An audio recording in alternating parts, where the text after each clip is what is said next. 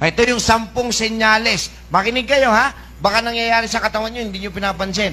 Pag naranasan mo to, ibig sabihin, kumuha ka na ng baso. Uminom ka na ng tubig. Are you ready?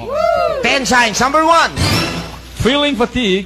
Pagkagising mo, bakit ang tamlay ko? Ibig sabihin, habang natutulog tayo, nade-dehydrate po tayo. Before going to bed, kinulang ka sa ininom na tubig, naningil nung tulog ka. Kaya paggising mo, matamlay ka. Oh. Pagod na pagod ka. Yun pala. That's one of the sign na kulang ka ng Wow. tubig yesterday.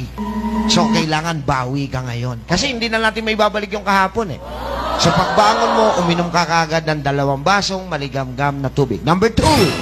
Dry mouth. Yan, pag napapansin mo, ako nararamdaman ko na, tuyo na yung labi ko. O, yan, ibig sabihin, kulang na ako sa tubig.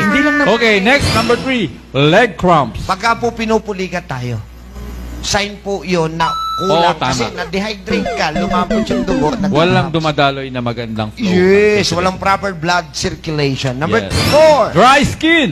Yeah, medyo tuyot yung inyong balat.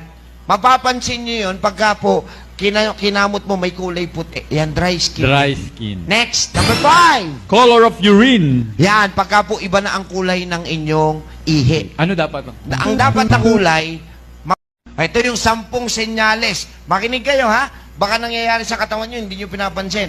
Pag naranasan mo to, ibig sabihin, kumuha ka na ng baso. Uminom ka na ng tubig. Are you ready? 10 signs. Number 1. Feeling fatigue. Pagkagising mo, bakit ang tamlay ko? Ibig sabihin, habang natutulog tayo, nade-dehydrate po tayo.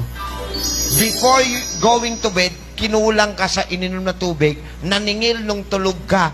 Kaya paggising mo, matamlay ka. Oh. Pagod na pagod ka. Yun pala. That's one of the sign na kulang ka ng Wow. tubig yesterday.